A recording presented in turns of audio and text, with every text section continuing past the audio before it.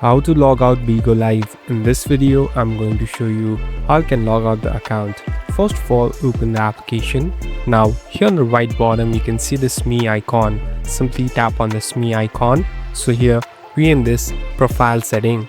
Here on the right top, you can see this settings icon. Simply tap on settings. So now we in this settings interface. Here you can find different option.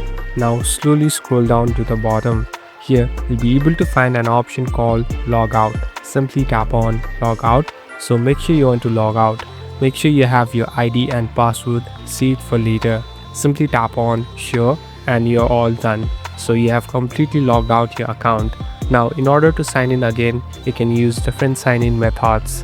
Thank you for watching this video. I hope this video will help you.